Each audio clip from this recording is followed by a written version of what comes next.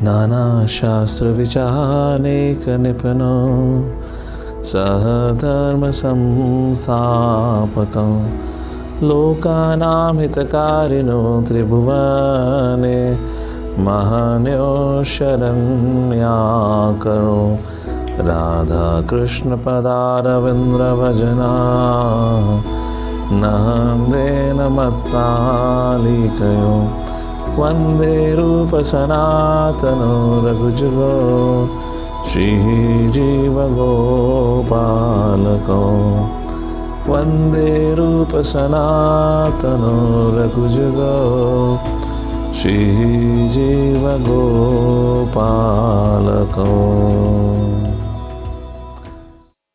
Hare Krishna. So we welcome everyone for today's discussion from Bhakti Rasamrita Sindhu. And today's subject matter will be chapter 1 of Nectar of Devotion, or else what is called as Bhakti Rasamrita Sindhu. Before that, we'll just do a quick recap. We have had two discussions so far. One is preface, of course, also about the life of Srila Rupa Goswami and how we are Rupanugas, etc., and the preface. And then also we had discussion on introduction, wherein I was mentioning a point that how Srila Prabhupada ji begins the introduction, or begins giving his summary to Bhakti Rasamrita Sindhu from the introduction itself, wherein the first 16 verses are commented by Srila Prabhupada or summarized by Srila Prabhupada. And in that, the concluding section, one of the last section of that introduction was definition of pure devotional service. It's a very, very important subject matter. So I'll just quickly do a quick recap. Last time we just discussed, I didn't show any PPT. Through a presentation, we'll just quickly revisit, quote Srila Prabhupada for certain questions that were asked to Srila Prabhupada on what is pure devotional service and what is not, or can such an action can be qualified as pure devotional service or not. And then from there, we'll come to our chapter 1, where chapter 1 talks about Hare Krishna. Where in chapter 1, the characteristics of pure devotional service is described. And then after that, sadhana bhakti discussion begins from chapter 2. All right, this would be how we'll start our discussion. And before that, I wanted to read this beautiful shloka from Adi Leela, 2nd chapter, 2nd verse.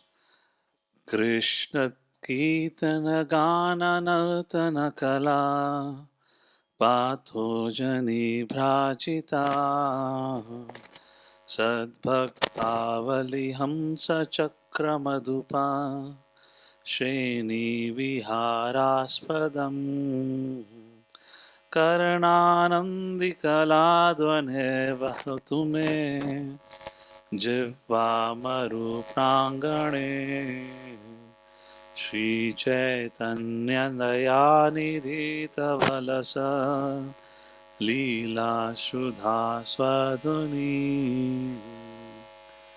Translation and purport. O my merciful Lord Chaitanya, may the nectarian Ganges waters of your transcendental activities flow on the surface of my desert-like tongue. Beautifying these waters are the lotus flowers of singing, dancing, and chanting of Krishna's holy name, which are the pleasure abodes of unalloyed devotees. If ever question asked to Srila Prabhupada what is bhakti, Prabhupada said, singing, dancing, and chanting. So this is that reference from Chaitanya Charitamrita.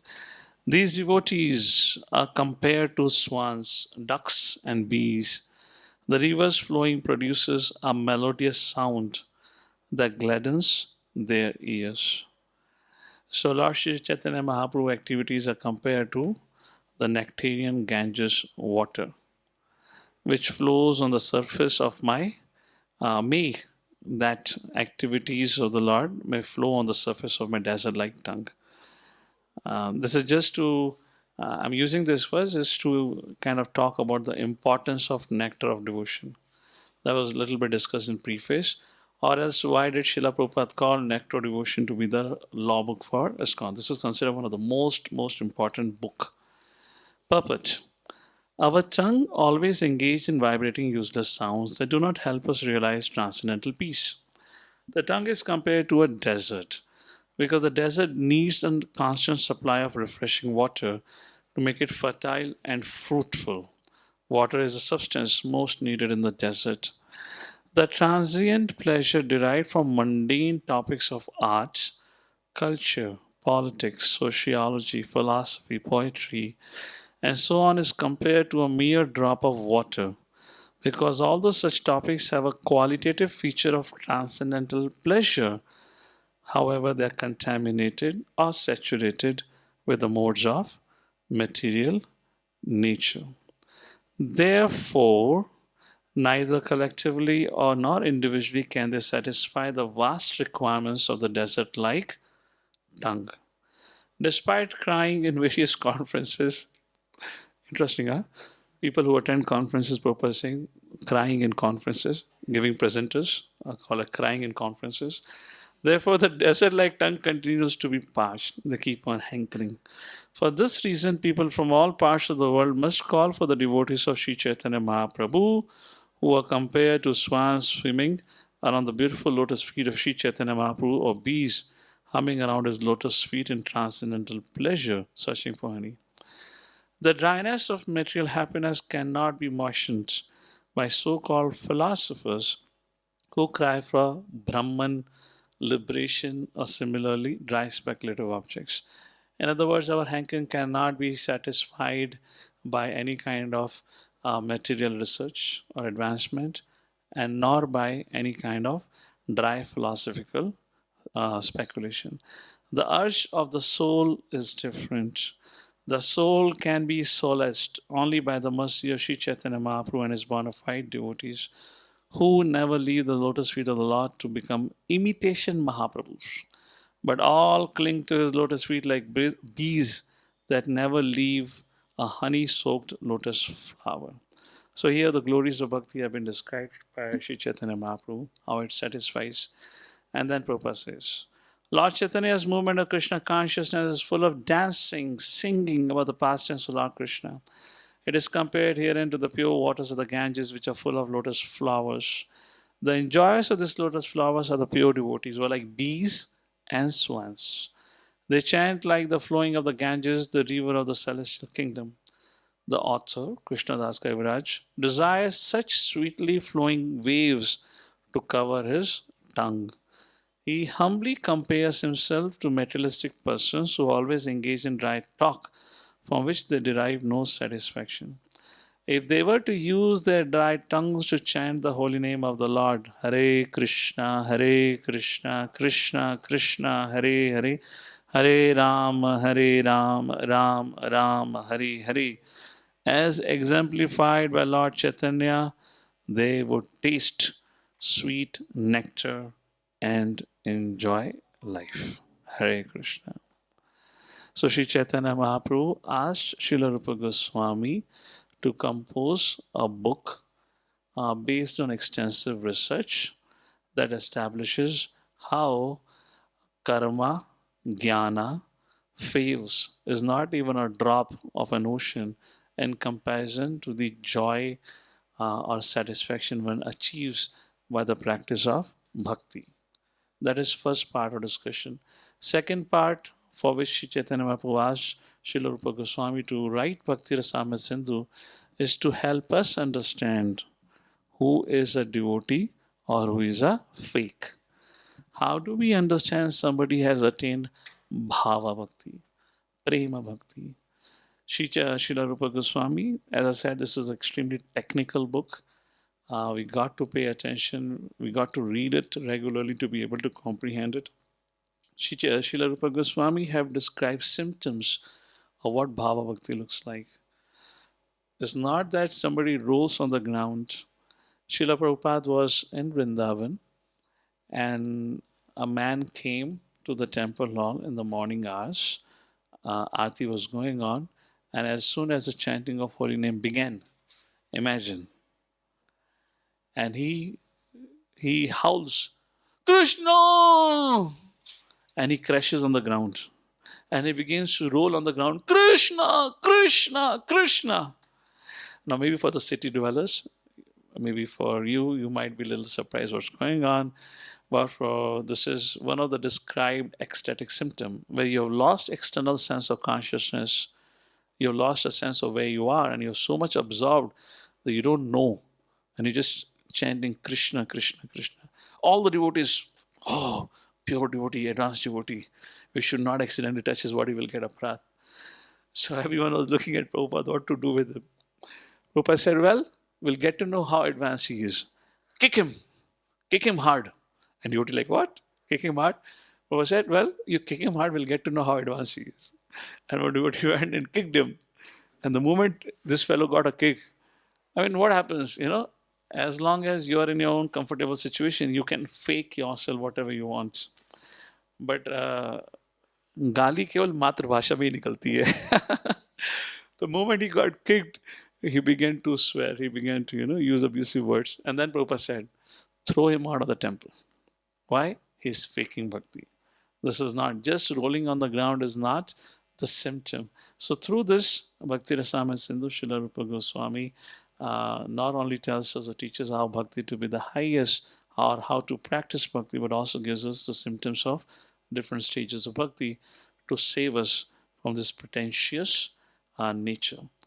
Let's begin with doing a quick recap of the definition of pure devotional service. So let's begin. So this is one of the verses that you have to memorize for as part of your shloka recitation. So please repeat after me. Anyabhilashita shunyam jnana karmadhyanavratam anukulyena krishnanu shilanam bhaktiruttama. So I'll be quick because we did discuss this, but just want to make some few additional points and do a quick recap. So through this verse, Srila Rupa Goswami gives a very authoritative definition of pure devotional service. So much so, it's extremely comprehensive and it doesn't leave any space. As we say, that every rule has some discrepancy which we can break, but the pure devotional rule which is described here has no exception which you can break and exploit. It is flawless. When first class devotional service develops, one must be devoid of all material desires, knowledge obtained by monastic philosophy, and furtive actions. The devotee must constantly serve Krishna favorably as Krishna desires. So this definition has been classified into two parts, primary characteristics and secondary characteristics. What are the primary characteristics? Are the last three. Anukulyena Krishna Anushilanam. So for the sake of those who missed out, the last two lines forms your primary characteristics. Anukulyena Krishna Anushilanam. These are the three characteristics. And then the first two lines forms the secondary characteristics. Anya abhilashita, jnana, karma, adi, anavratam. Like this, there are primary and secondary characteristics. So let's take a look at the primary characteristics. So Sarup Lakshanam, and this is Tathashta Lakshanam. Maybe I can just Krishna explain this, what we discussed last time. So Srila Rupa Goswami says, devotional service has to be exclusive, which means has to be for Krishna. Oh, really Krishna? Nothing else? Yes, Krishna, but also means Krishna's paraphernalia. What does Krishna paraphernalia includes? Krishna's devotees, Krishna's places of pastime. Like this, Krishna and Krishna devotees and places of his pastimes are all become worshipable for devotees. Serving devotees, serving the dhams, serving Krishna, in that way is all aspect of pure devotional service. Fine. Then it has to be anushilanam. Shilanam means to cultivate. So our, cultivate. But how do we cultivate? Anushilanam. As our acharyas have explained, like that we try to cultivate. You want to show the screen, please? Those devotees online, unless they see this, they'll not get it because the verse is not written. So anushilanam. So cultivate. Bhakti is an art of cultivation. So we cultivate. So how do we perform bhakti? through body, through mind, and through speech. And then there are two kinds of action, favorable, unfavorable. Please read the introduction part. Prabhupada clearly mentions all those details. Pravritti and nivritti, like this. How do we engage mind? We engage mind in thinking about Krishna's pastimes, or we engage mind in meditating on how we can serve Krishna. Speech by glorifying, body by our body, however we can serve, we can clean the temple floor, etc., etc. This is how we engage. That is anushilanam. Anu, once again, as we have been instructed, or as our predecessors have practiced. That's the idea of anushilanam. We spoke at length about anu last time. Then anukulyena. So idea is bhakti should be for Krishna. Bhakti anushilanam should be practiced to please Krishna. But whatever pleases Krishna not necessarily can be called as bhakti. Why? When same Krishna as Varadev was fighting with Hiranyaksha, or as Narasimhadev was fighting with Hiranyakashipu, was giving pleasure to Krishna. That's the reason Jai Vijay appeared, because Krishna wanted to have Viryaras. So if any action of ours pleases Krishna, becomes bhakti, then Hiranyakashipu becomes Prabhu Hiranyakashipu. Then he should become worshipable. No. So such actions of demons may incidentally please the Lord, but it is not actually meant, or it is not performed with an intention to please Krishna. So Krishna Anushilanam is okay, but not sufficient unless it is Anukulyena, which means it must be done with an intention to please Krishna. It is so important, even if it is done with an intention to please Krishna, but if Krishna is not pleased, still it is bhakti. An example is Mother Yashoda. So, कहते हैं breastfeeding Krishna, and at that time the milk was boiling in the kitchen, and Mother Yashoda kept Krishna down on the ground, and Krishna became so angry. Externally appeared that Krishna was displeased, but for whom Mother Yashoda went inside in the kitchen? It was only for the sake of Krishna. Other example come of Bhishma Pitamaha. In the battlefield, he was shooting arrow at Krishna's body, as well as at Arjuna. And when Arjuna crashed, his chariot crashed and he fell on the ground. And Bhishma wanted to shoot an arrow to kill Arjuna. At that time, Krishna lifted the chariot and he ran towards Bhishma Pitama.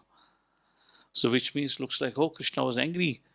So, yet, how we can say Bhishma Pitama is a pure devotee of the Lord? Because whatever he did, it was with an intention to please Krishna. But again, it is not that he was just thinking. It has to be anu. It has to be in that way. So, bhakti to be cultivated by following in the footsteps of previous acharyas, and it has to be done in the mood of favorable intention. It should be performed in such a way that we intend to please Krishna. That is primary lakshan. Now, why secondary lakshan? We discussed last time also. Now, primary lakshan is for us. We are also practicing pure devotional service, like we chant Hare Krishna. That is Anushilana, and it is Krishna chanting holy names. We have been told to chant, and we are chanting holy names of the Lord. We are told to offer bhoga to the Lord. We honor it as prasadam. We do deity worship. Then what is the difference between Bhishma Pitama and us? What is the difference between Yashoda and us? They are also doing the same thing. We are also doing the same thing. Is there a difference? Yes or no? Is there a difference in the bhakti of Yashoda Maiya, Bhishma Pitama, or our bhakti? Yes. And how do we classify? How do we understand? For that you have Tathashta Lakshan. Is that clear? What are the Tathashta Lakshan? Anya Abhilashita Shunyam. In our case, we are practicing bhakti, but simultaneously we have many material desires. Yes? That's the idea. But in case of Mother Yashoda or any of the advanced devotees, they do not have any desire, who we call as Uttama Bhakta or pure devotee. They do not have any desire to serve Krishna. So what is a pure bhakti? Anya Abhilashita Shunyam. Now, Anya Abhilasha. Why Abhilashita? So, desire. We cannot become desireless. Now, there is one thing called as desire for sense gratification, and there is something called as desire for preservation. Desire for sense gratification, pure devotees do not have. But desire of preservation, as long as you have body, you will have it. For example, I was making this point last time also. When I went to America, I was so lazy, not austere, but I was so lazy that I only ate khichdi for my all duration of stay in America every afternoon. In the morning, I would have oatmeal and the bread that I would bake every night or every alternate night. That was my breakfast. And in the morning only, I will prepare khichdi. और खिचड़ी भी वो पानी वाली बनाता था क्योंकि flask में रख के ले जाता था मैं. And in the night, I will come and drink a glass of milk. Now, I may sound like a tapasvi, but trust me, there was no intention of tapasya. I was a lazy guy. I didn't want to spend my time in cooking. Now imagine if you just look at the externals. Srila Prabhupada ji went to America. He had very minimal belongings with him. In that also he carried his cooker with him. you know, multi-layer cooker. I remember, I was in America when I was reading Leela. I was wondering, मैंने कहा यार इतना मेहनत तो मैंने भी cooking में कभी नहीं करा. Srila Prabhupada, 70-year-old, he has come with a mission to establish Krishna consciousness, has no money. I have all the money. I am not cooking, but look at him. Every afternoon, he would spend 1 hour approximately to prepare a full meal prasadam. So what? He's a sense gratifier and I'm not? No, it's not like that. So the desire of preservation, which means, you feel sleepy. A pure devotee sleeps. Srila Prabhupada ji would be sleeping for 3-4 hours, but yet he was sleeping, right? These are all a desire for preservation. An example comes as Draupadi. When she was abused or she was about to be exploited, and that abusive assembly where Pandavas lost everything in a gambling match, and when Dushasana was trying to disrobe her, she tried to protect her, and finally she raised her hand and called Govinda, Gopala, Madhusudana, etc. And she called for Krishna to protect. So can question come? Oh, by making a prayer to Krishna for protection, how is it something which pleases Krishna? How is it serves Krishna? Yes, but Draupadi is a pure devotee. So therefore, Srila Rupa Goswami says, Anya Abhila Shita, which means desires for sense gratification have to be given up. But desires for preservation are still part of your pure devotional service. Is that clear? So Draupadi raising hand and asking for preservation of her life does not violate the definition of Shuddha Bhakti. Okay, Anya Abhilashita Shunyam. Jnana, speculative knowledge. Karma, again, fruitive actions. Adi refers to yoga, mysticism, etc. Anavratam, uncovered. Which means we perform bhakti in such a way where the goal of bhakti is not only to cultivate knowledge. Where our goal of bhakti is not just to perform fruitive actions. Where goal of bhakti or our practices is not to acquire mystic powers or some yoga siddhis. Goal of bhakti is only to please Krishna. So being freed of all this thing, then it is called as the action which is performed, then it becomes a Uttama Bhakti. Is that clear? And that's the difference between an advanced devotees and a sadhaka. So all of you understood? You ready for an instant exam? I'm going to give you examples. Tell me it is Uttama Bhakti or not. Or else, well, that will be an easy exam. Maybe I'll give you exam other way around. I'll give you a scenario and you give me an example of a candidate of Uttama Bhakti or not Uttama Bhakti. Let me just see what I have on my next slide here. Yeah, these are all details here, which I have already explained. Can you please put on the slide? I'll just quickly skip through the presentation. Presentation will be by this weekend, will be uploaded on the online portal, so you can see it later on. I have explained this already. Pleasing to Krishna, Anukulena, Tatashta Lakshan. This is the example of Draupadi, Srila Prabhupada. Anya Abhilashita is being explained, what I just told. By Srila Vishnu Thakur. Self-preservation is allowed. Jiva Goswami also talks about it. And these are the details that as we just discussed. Uttama Bhakti. These are the symptoms of it. So, now give me an example where cultivation of jnana, so pure devotional service, right? Can any one of you give me an example where cultivation of jnana actually led to pure devotional service?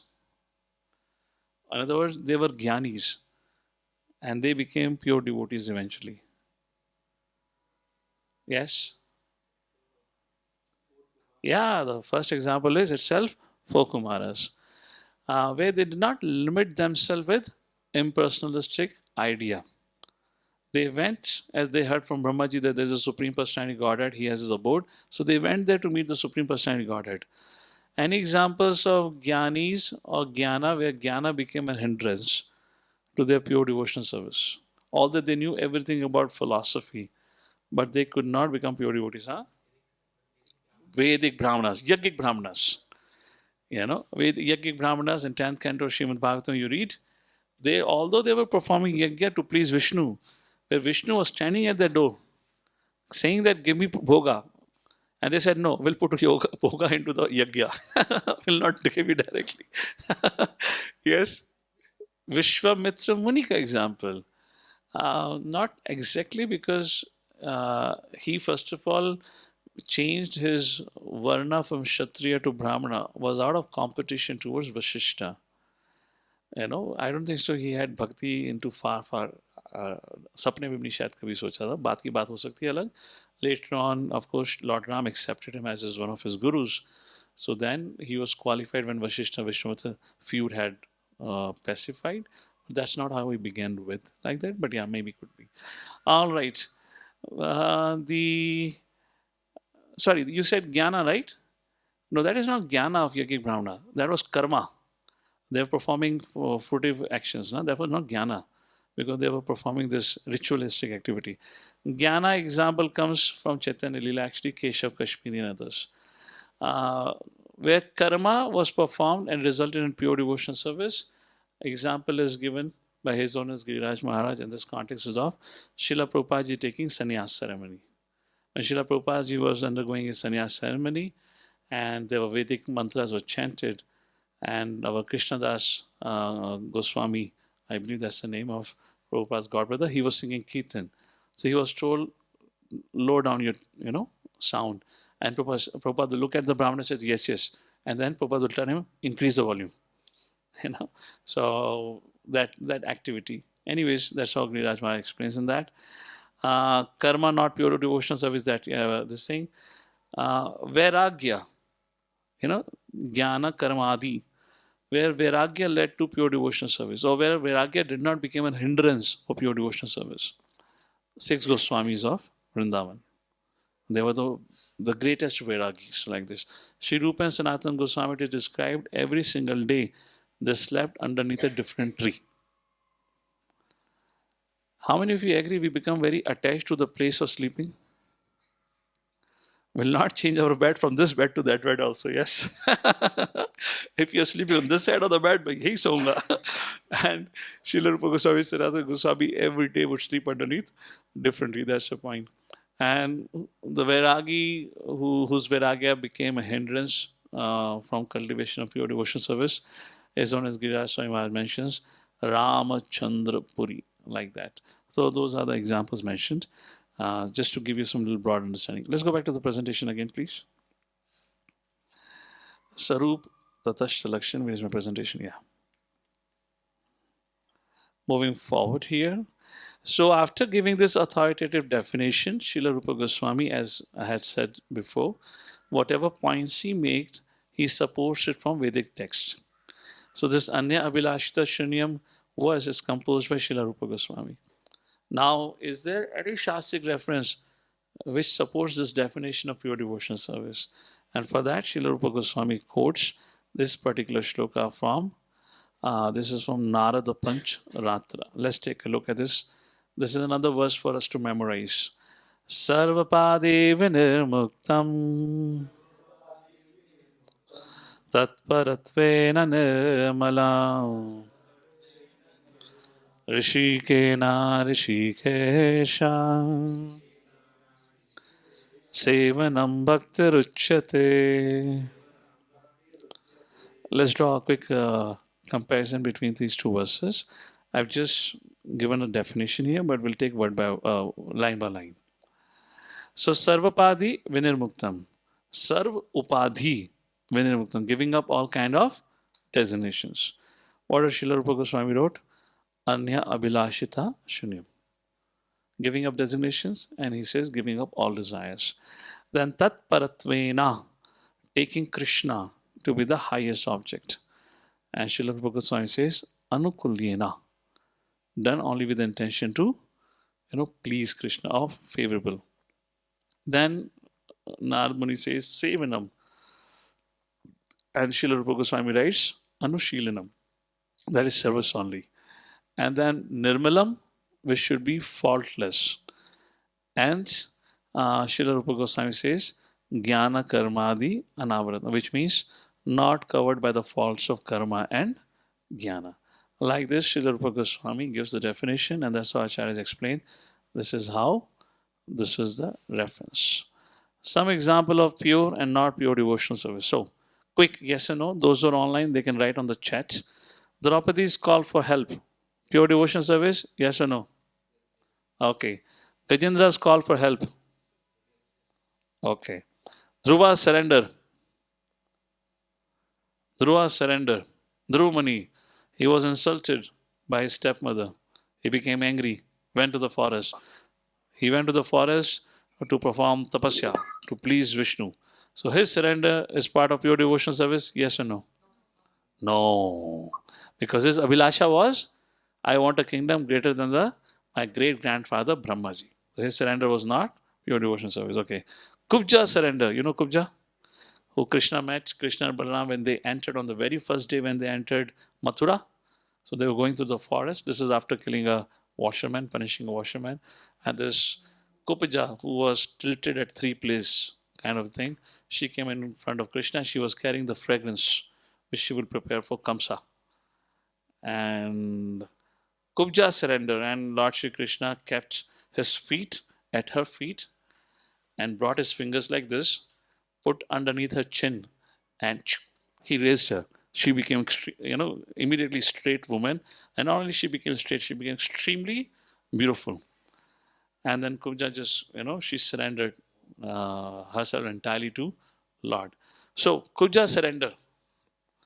Pure devotion service. Well, it's a difficult if in case you don't know the past life. So, Kubja surrender is not pure devotion service because Kubja was sensually attracted to Krishna. She wanted to enjoy Krishna. And in that, she could have given pleasure to Krishna, but it was not anukulena. It could have been it was not, anukulena, right? Anukulena. It was anushilanam. It could have been not necessarily anushilana, but it could have been shilana, pleasing, but not with that intention. Okay. Gyanis, four Kumaras, Uddhava, was there surrender to Lord pure devotion service? Yes. Keshav Kashmiri? No. Vairagi? Of course, I've discussed all this example. Fine. So I did all this discussion because of this particular incident. How do we understand what action of ours can be called as a pure devotional service or not? A devotee, when this subject matter was being discussed with Srila Prabhupada, raised a question. And this discussion happened back in Bombay, just near to us. And he asked Srila Prabhupada, should a devotee save a drowning man if he can? Or should he just say, well, this is just a materialistic activity?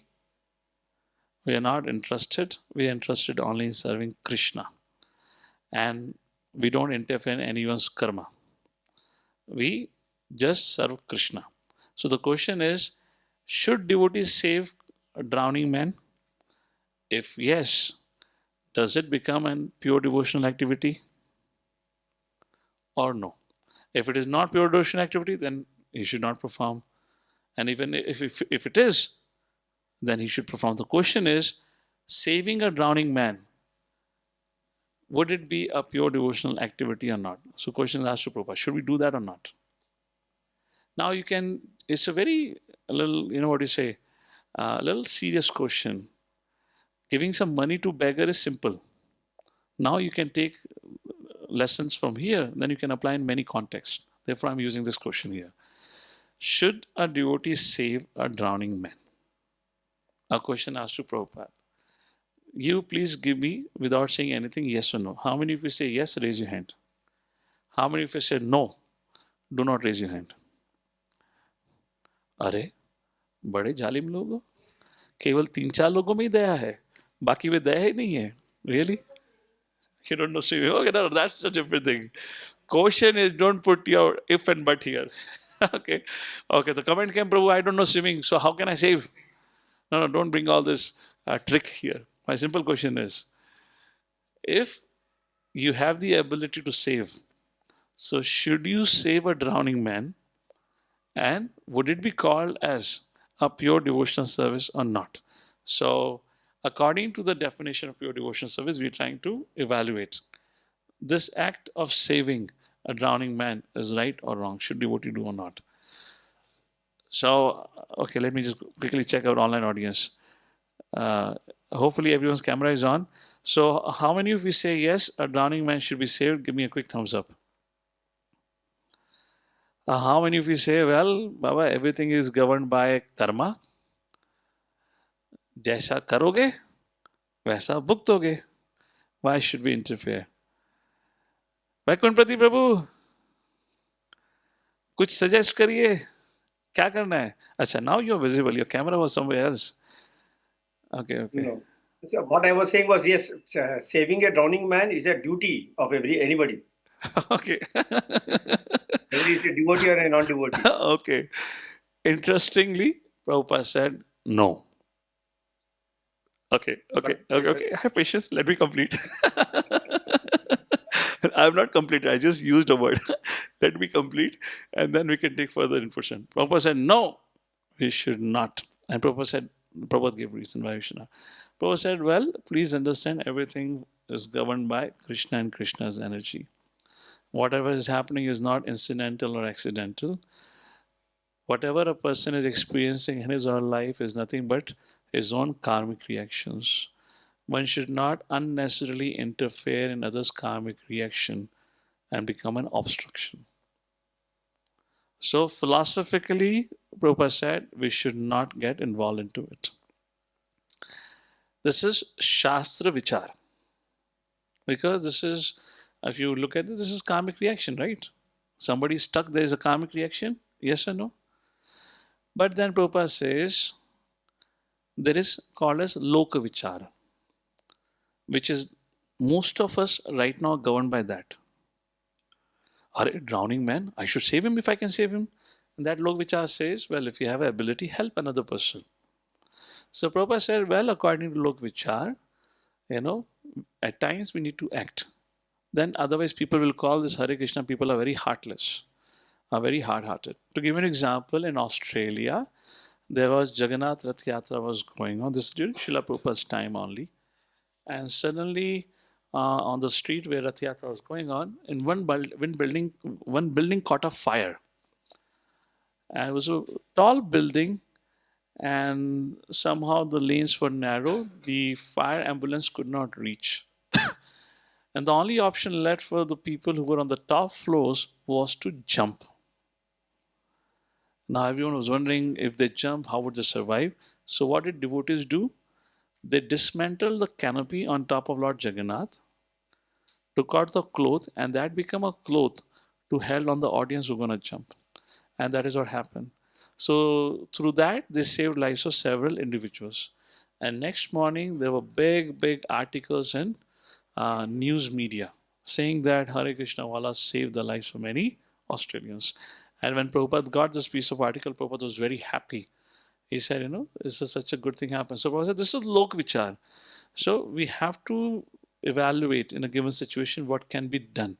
However, we have to also pay attention to, while trying to interfere in someone else's karmic reaction, we should not get entangled wherein usko bachate hum khud hi chale jaye.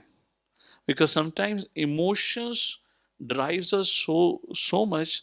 How many of you have heard incidents of where somebody was drowning and a friend jumped to save the drowning person? That fellow drowned, he also drowned. Yes or no? So our emotions should not run, our Lok Vichar should not become so strong that we try to interfere someone else's karma and we become entangled into that. If you have the potential, do that.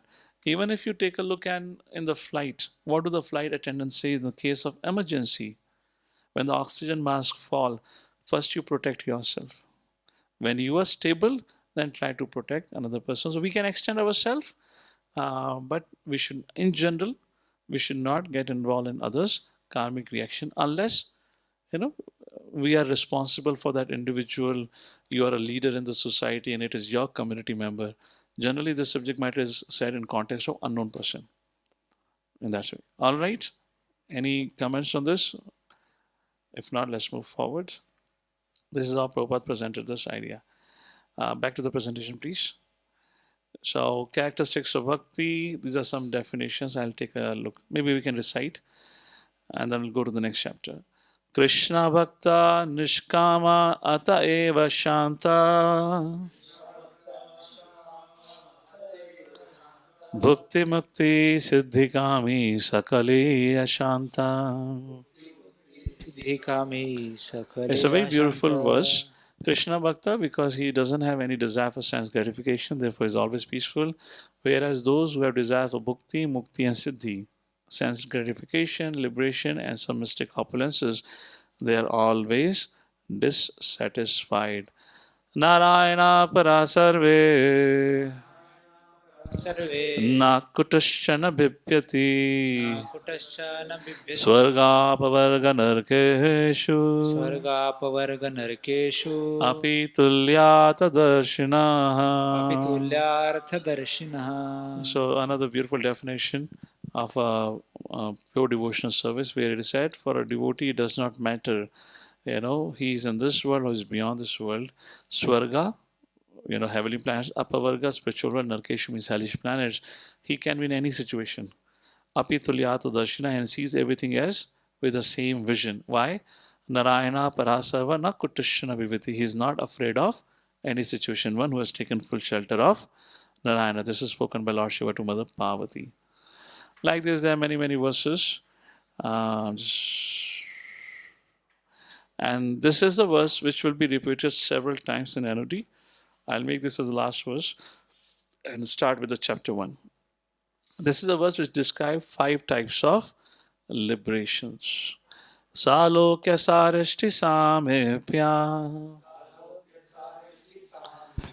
sarupya ekatvam api uta Sarupyam Ekatvam Apiuta divyamana grhananti Divyamananam Grinanti vinamassevanam janaha. Vinamatsevanam Janaha. Although these liberations are given by the Lord, but devotee is not interested even in moksha. There are 5 kinds of liberations. Salokya, living on the same planet. Sarishti, I believe the same opulences, if I'm correct. Samipya, living close to the Lord. Sarupya, having the same form of the Lord. Ekatvam, which means becoming one with the Lord.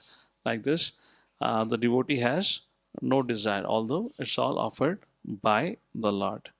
Like this, there are many, many verses given in scriptures, and to define all that verse, Srila Rupa Goswami gave one single definition in the form of Anya Abhilashita Shunyam Jnana Karmadi Anavratam. Anukulyena Krishnanu Shilanam Bhakti Uttama. I've just collected some series of verses here. You can take a look in your presentation if you're interested in verses. Hare Krishna.